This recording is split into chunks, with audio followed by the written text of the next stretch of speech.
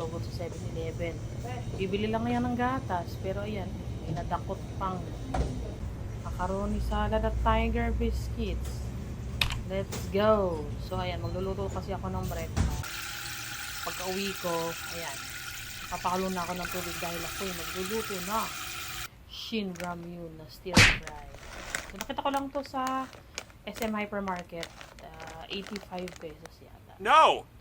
So, ayan yung gatas, pang-aesthetic na chili, parsley, isang itlog, at saka jalapeno fish sausage. So, ayan.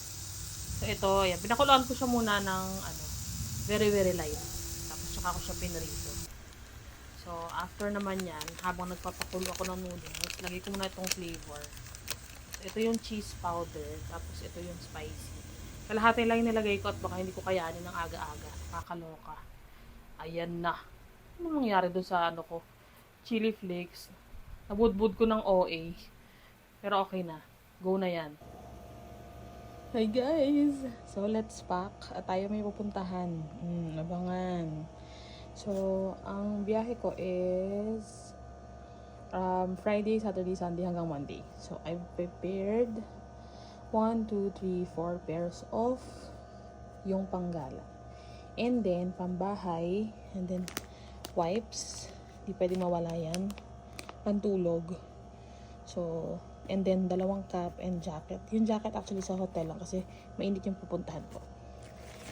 So, dito naman, aking mahiwagang tripod.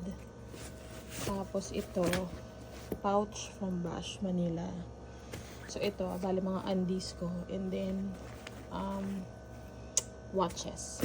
Tapos ito, toiletries, obviously. So, nandiyan na lahat. Jump pack na yan. So, hindi ko pa nilagay dito yung shoes and slippers. Kasi, ginagamit ko pa siya. At dahil sabi ni mama magluto ako ng adobo. So, magluto na tayo. Mag-isa lang ng aromatics. Tapos, ang ginawa ko combination actually, chicken and pata. Kasi, hindi ako nakain ng allergic sa chicken oil. Tapos, ayoko lang kasi ng crispy pata tuloy. Pata. So, ayan. Subukan nang mag-o-okay silang dalawa. Mag-jive sila. Adobo lang naman yan. Walang dapat ikatakot. Uy, takam na naman siya. Oh. Luto ka na rin ng adobo. Okay, thank you.